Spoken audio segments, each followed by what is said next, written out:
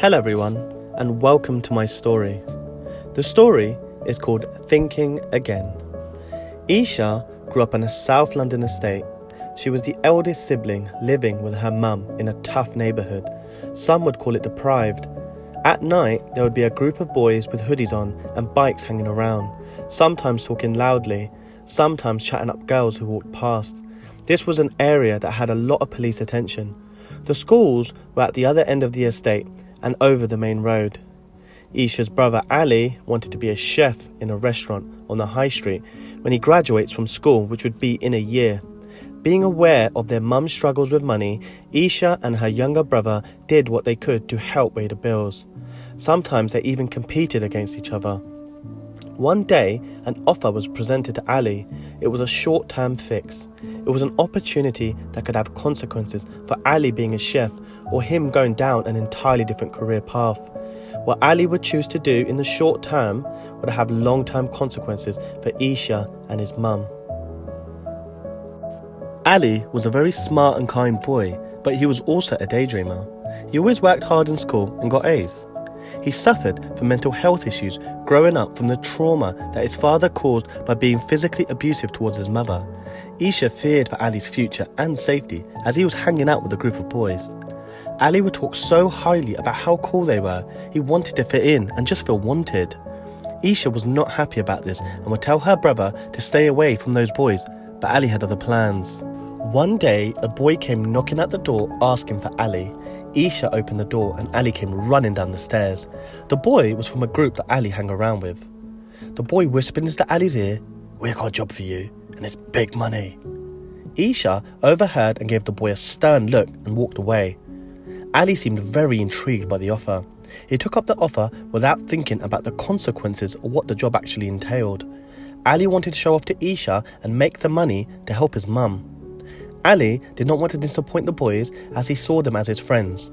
Later, he would find out what was in store for him. At midnight, Ali went to the door to leave the house. Isha stopped him and said, "Where are you going?" Ali replied, "Mind your own business." Ali had become a very different person. He had become a very rude and defensive person towards Isha and wouldn't listen. Isha begged him to stay home and to not go out with those boys, but Ali just ignored her and left the house, slamming the door behind him. Ali went to meet up with a group of boys, and there was talk about another group of boys who have a bad reputation coming into their turf and how bad the boys wanted to get rid of them. Ali was confused as he didn't know what was going on. The talk was getting heated, and one of the boys said, "Don't worry, Ali is going to deal with it.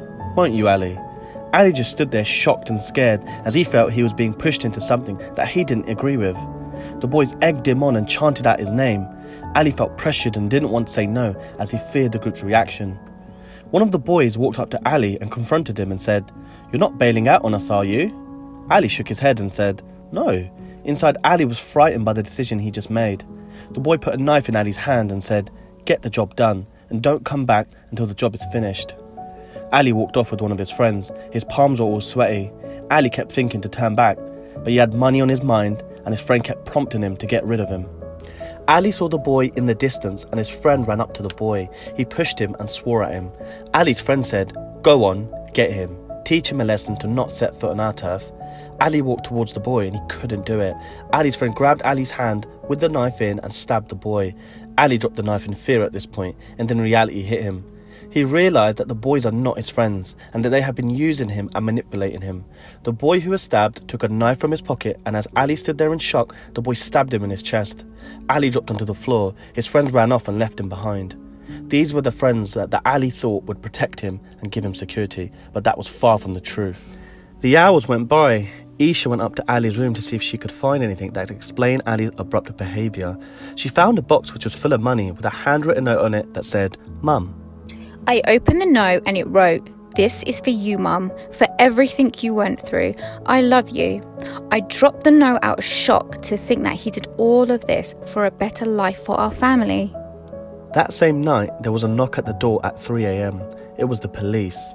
They told Isha that her brother had been involved in an altercation which included knives.